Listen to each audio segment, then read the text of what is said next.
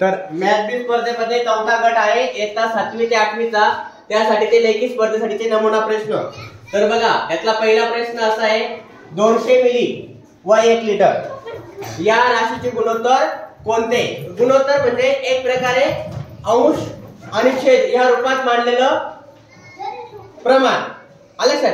मग 200 मिली, मग आता मी 200 ml म्हणजे मिली आणि 1 लिटर दोघांकडचे एकक सारखे आहेत का? नाही, एकक एकत्रच करून घ्यावं लागतील। एक तर 200 मिलीला लिटर मध्ये करा किंवा लिटरला मिली मध्ये करा। मग आता 1 लिटरला मिली मध्ये करणं सोपं आहे। सांगता येईल 1 लिटर बरोबर किती मिली? 1000। 1 लिटर बरोबर किती मिली? 1000। मग आता इथं 20 दिला ना 200, मग 200 भागिले 1000, 200 भागिले 1000। आता एकक सारखे झालेत त्यामुळे एकक लिहिण्याची आवश्यकता नाही। मग हा शून्य गेला, हा शून्य गेला, हा शून्य गेला, हा शून्य गेला। आता 2/10, मग याला 2 ने भागितलं, बे 1 बे, बे 5 10, इथं राहिलं 1/5 आणि याला गुणोत्तर प्रमाण मध्ये 1:5 असं पण लिहितो।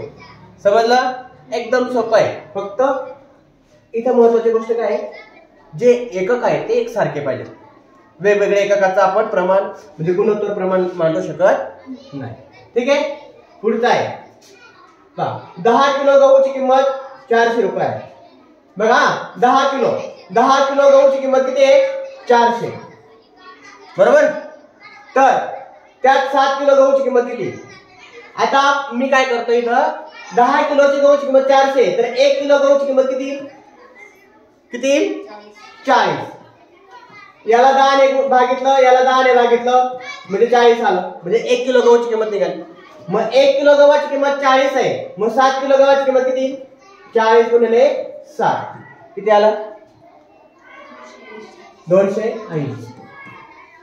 म्हणजे असं जर उदाहरण असेल तर 1 किलोची किंमत नेहमी काढून द्यायची। मग 1 किलोची किंमत निघाली तर मग किती किलो विचारलं तर तुम्हाला ते करता येणार आहे। या ठिकाणी तुम्हाला 7.5 किलोची गव्हाची किंमत पण विचारली जाऊ शकते, बरोबर आहे की नाही? 7.5 किलोच्या गहूची किंमत किती? मग 7.5 किलोच्या गहूची किंमत कसं लिहिणार? 7.5 गुणिले 40, तेव्हा ते, कारण की 1 किलो गहूची किंमत किती आहे? 40। तुम्हाला 8.5 किलो गहूची किंमत विचारली जाऊ शकते किंवा 2 किलो गव्हाची किंमत विचारली जाऊ शकते, काहीही विचारले जाईल। आलं लक्षात? तुम्ही मात्र तयारीत राहायचे, काही अडचण आहे नाही। आता पुढचा प्रश्न आहे तिसरा, त्रिकोण एबीसी मध्ये हा त्रिकोण आहे एबीसी असा असला ना, एक त्रिकोण काढूनच टाकायचा। मेजरमेंट अँगल ए याचं माप किती आहे? 40, बी चं माप किती आहे? 60, तर सी चं माप किती? हा, आता तुम्हाला या ठिकाणी त्रिकोणाच्या तिन्ही कोणाच्या मापाची बेरीज किती असते? 180। 2 कोणाचे माप दिलेले आहेत, मग तिसरा कोणाचं माप काढणं सोपं आहे की नाही? मग 180 मधून या दोघांची बेरीज जर वजा केली, मग दोघांची बेरीज किती आली? 100। मग 180 मधून 100 गेले, मग असे किती आला? 80 आलं होतं। लक्षात आलं? पुढचा आहे, एका आयताचे क्षेत्रफळ 194 चौरस सेमी आहे, तर त्याची लांबी 16 सेमी असल्यास रुंदी किती असेल? आयताचं क्षेत्रफळाचं सूत्र सांगता येईल? Very good.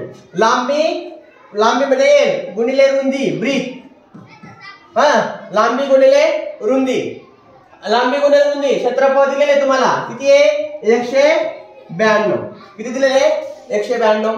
त्यानंतर या ठिकाणी लांबी दिलेली तुम्हाला, लांबी किती आहे? 16, मग याच्या ठिकाणी 16 ठेवलं, बी काढायचा। आता बी ची किंमत काढताना तुम्ही याला बी एकटं पाडण्यासाठी याला किती, या इकडे कितीने भागावं लागेल?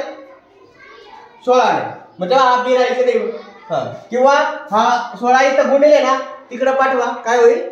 भागिले होईल, म्हणजे बी ची किंमत यांचा भागाकार केला 16 16, 19 मधून 16 गेले 3, 16 दुने 32, किती आला? 12, म्हणजे रुंदी किती आली? 12। अशा पद्धतीने सूत्रात किमती टाकायचं आणि ते सोडवायचं।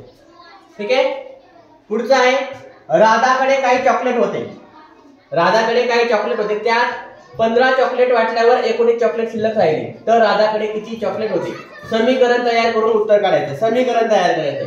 आता समजा राधाकडे काही चॉकलेट म्हणजे एक चॉकलेट होते, त्याने किती चॉकलेट वाटल्या? 15, म्हणजे वजा केले की नाही? किती चॉकलेट वाटल्या? 15. त्यानंतर किती शिल्लक राहिल्या? हे झालं समीकरण. हे झालं समीकरण. x वजा 15. म्हणजे एखादी गोष्ट माहिती नसेल त्यासाठी आपण एखादा अक्षर वापरतो, म्हणून तो x वापरला. x वजा 15. मग आता x ची किंमत काढायची, बरोबर? हा, मग आता वजा 15 आहे, याच्या विरुद्ध संख्येने इथं म्हणजे विरुद्ध संख्या मिळवली तेव्हा विरुद्ध संख्या इकडे पण मिळवावं लागेल. किंवा हा वजा 15 इकडे आहे, तिकडे जाणार काय होईल? अधिक 15. म्हणजे हा या 15ला आपण इकडे 15 करूया, म्हणजे इथं फक्त x राहिला. हा 15 वजा 15 होता, तो अधिक 15 झाला. यांची बेरीज किती आली? 94. बरोबर का? x ची बेरीज किती आली? 94. अशा पद्धतीने फक्त आपल्याला आकडेमोड करायची. समजलं?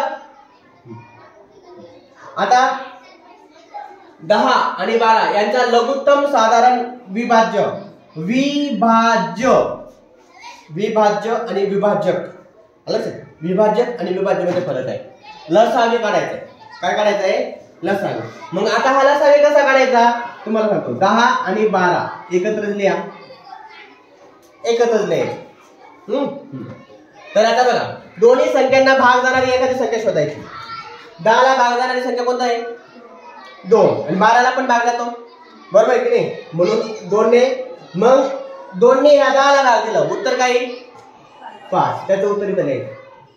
2 आणि 2 ने या 12 ला भाग दिला, किती? 6. आता मला एक सांगा, आता दोघांना भाग जाणारी एखादी संख्या आहे का? नाही, कोणती संख्या नाही. मग लसावी कसा काढतात? आता हा झाला, हा दोघांना भाग जाणारा, हा झाला मसावी, याला म्हणतात मसावी. आणि लसावी म्हणजे काय? या सगळ्यांचा म्हणजे उरलेले अवयव आणि या सगळ्यांचा गुणाकार म्हणजेच लसावी. मग 6 पंचे 30, 30 दुने 60. लसावी किती आला? 6. लसावी किती आला?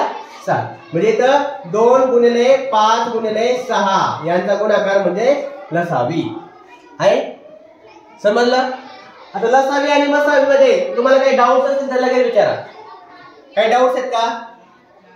हा, डाऊट्स आहेत का? तुझं झालं क्लिअर? ओके. कोणाला काही अडचण आहे लसावी मसावी मध्ये? हा, समजलं नसेल ते सांगा. हा, पुढचं तर सोपं होतं.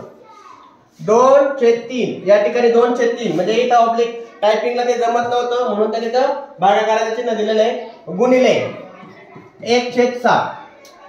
सांगा बरं, अपूर्णांकाचा गुणाकार करताना काय करतो आपण? हा, छेद समान करतो, मग बेरीज करतो.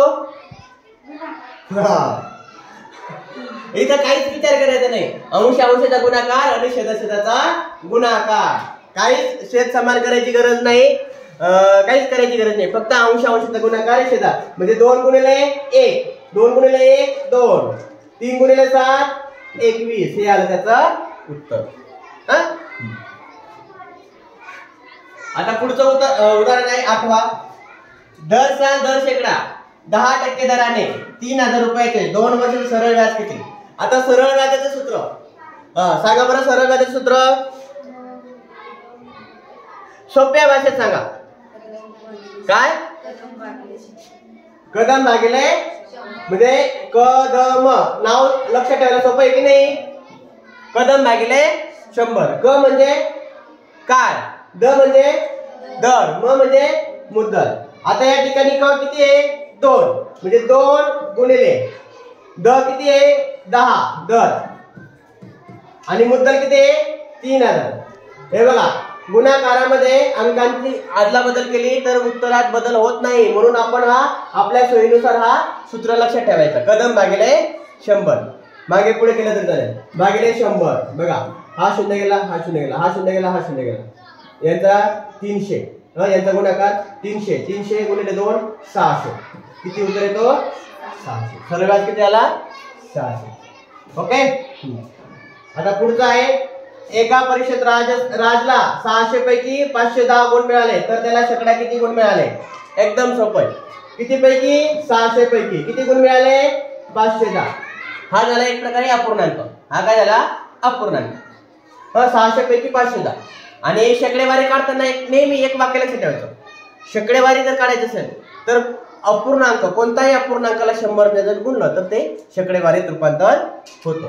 म्हणून या ठिकाणी 100 ने गुणायचं झालं शेकडेवारी. हा 0 गेला, हा 0 गेला, हा 0 गेला, हा 0 गेला.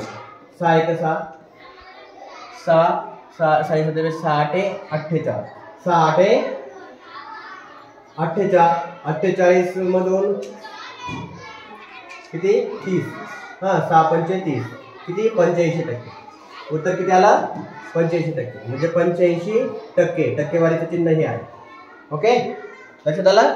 त्यानंतर पुढचं आहे खालील उदाहरण सोडवा. आता खालील उदाहरण सोडवा एकदम सोपं. म्हणजे 17 आता अधिक गुणिले वजा, अधिक गुणिले वजा चिन्हांचा गुणाकार काय होतो? अधिक गुणिले वजा. या ठिकाणी एक लक्षात ठेवायचं. अधिक गुणिले अधिक बरोबर किती? अधिक. वजा गुणिले वजा बरोबर अधिक. अधिक गुणिले वजा बरोबर वजा. फक्त जेव्हा दोन विरोधी चिन्ह असतात, विरोधी चिन्ह, त्यावेळेस फक्त वजा होतो आणि सारखे चिन्ह असतील तर त्या ठिकाणी फक्त अधिक अधिक होतो. हे तिन्ही सूत्र नियम लक्षात ठेवा, बाकी काही नाही. मग आता या ठिकाणी या पहिले चिन्हांचा गुणाकार अधिक गुणिले वजा म्हणजे काय होईल? वजा. वजा 5. मग ही वजाबाकी तुम्हाला करता येणार नाही का? सहजरित्या करता येईल. त्याचं उत्तर आहे 12. अशा पद्धतीने 1 ते 10 प्रश्न तुम्हाला सहजरित्या आणि सोपं आहेत. याच धर्तीवर संख्या बदलून किंवा प्रश्न बदलून येऊ शकतात. म्हणजे सरळ व्याज असलं का सरळ व्याजाचं व्याज देतील. म्हणजे सरळ व्याजा संदर्भात जे बी असतील ते तुम्हाला मात्र त्याचं प्रॅक्टिस करायची. आलं लक्षात? शेकडेवारीचं पण एक म्हणजे इथे एक शेकडेवारी, सरळ व्याज आलं, त्यानंतर लसावी आला, समीकरण आले, आयताचं क्षेत्रफळ आलं, त्रिकोणाची म्हणजे तिन्ही कोणाची मापाची बेरीज झाली. या ठिकाणी चौकोन सुद्धा देऊ शकतील बरं का. मग तुम्हाला माहिती पाहिजे चौकोनाच्या चारी कोणाच्या मापाची बेरीज किती येतो? 360. आता पंचकोनाच्या पाच कोणाच्या मापाची बेरीज किती येईल सांगता येईल? सांगता येईल? नाही, मला पण नव्हतं माहिती, पण मला आता ती माहिती झाली. तर या संदर्भात एक सूत्र आहे.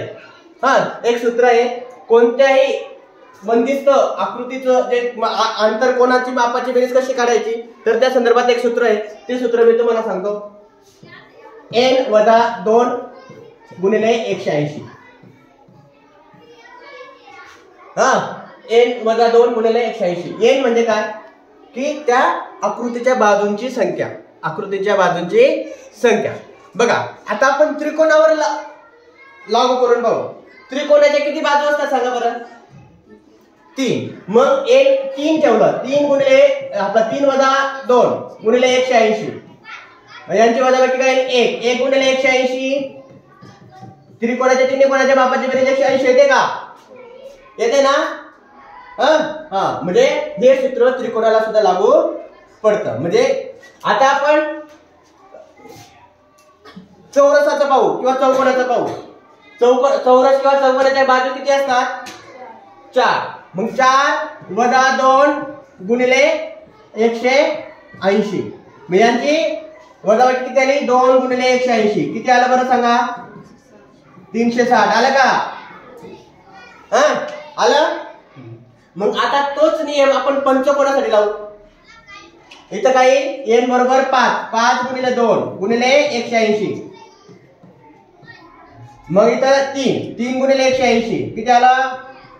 18 त्रिक किती झाले? 18 1 18 18 2 36 18 त्रिक 54 म्हणजे 540. किती? 540. तेच षटकोनाच्या बाबतीत येईल, अष्टकोनाच्या बाबतीत येईल, काढता येईल ना?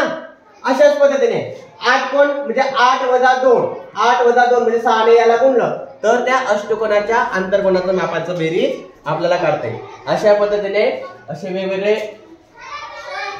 प्रश्न येतील. त्याला तुम्हाला सोडवायचंय. काहीच विचार म्हणजे खूप सोपं आहे, खूप काही अवघड नाही. ठीक आहे, समजलं तुम्हाला?